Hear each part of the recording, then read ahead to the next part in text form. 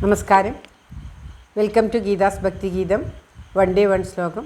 Shrimad Mahabhagavatam 823rd day. Today 45th shloka of പ്രഥമസ്കന്ധം 8th chapter.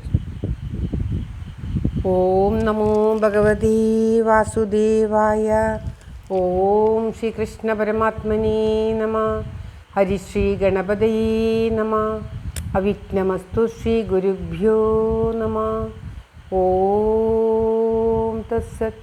കൃഷ്ണം നാരായണം വന്ദേ, കൃഷ്ണം വന്ദേ വ്രജപ്രിയം, കൃഷ്ണം ദ്വൈപായനം വന്ദേ, കൃഷ്ണം വന്ദേ പ്രതാസുതം.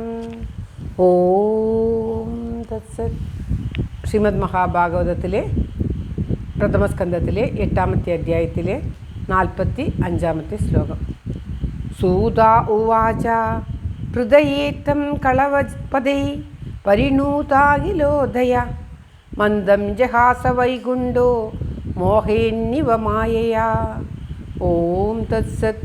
സൂത ഉവാച ഹൃദയേത്തം കളപദൈ പരിണൂതാകിലോദയ മന്ദം ജഹാസ വൈകുണ്ഠോ മോഹയന്നിവ മായയാ.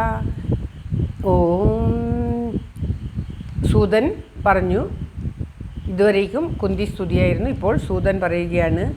കുന്തിയാൽ ഇപ്രകാരം മധുരപദങ്ങളാൽ സ്തുതിക്കപ്പെട്ട ആ വൈകുണ്ഠവാസിയായിട്ടുള്ള ഭഗവാൻ തൻ്റെ മായ കൊണ്ട് മോഹിപ്പിക്കുമാറ് ദേവിയെ നോക്കി ഒന്ന് പുഞ്ചിരിച്ചു.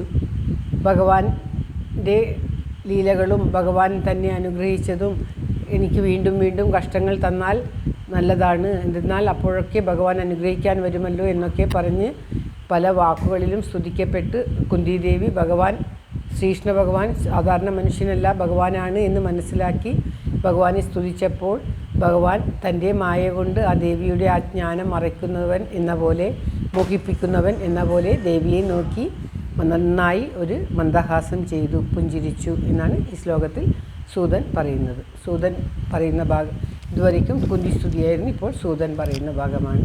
ശ്ലോകം ഒരിക്കൽ കൂടി. സൂതാ ഉവാച ഹൃദയേത്തം കളപദൈ പരിണൂതാകിലോദയ മന്ദം ജഹാസ വൈകുണ്ഠോ മോഹയന്നിവ മായയാ. ഓം തത്സത്. വിശദമായിട്ട് വേറെ പാരായണം ചെയ്തിട്ടുണ്ട്. കേൾക്കേണ്ടവർക്ക് അതും കേൾക്കാവുന്നതാണ്. ഓം തത്സത്. സർവത്ര ഗോവിന്ദനാമ സങ്കീർത്തനം. ഗോവിന്ദ ഗോവിന്ദ. എല്ലാവരുടെയും നന്മയ്ക്കായി പ്രാർത്ഥിച്ചുകൊണ്ട് സമർപ്പിക്കുന്നു. Geetha Rajan. Thank you for watching. All the best.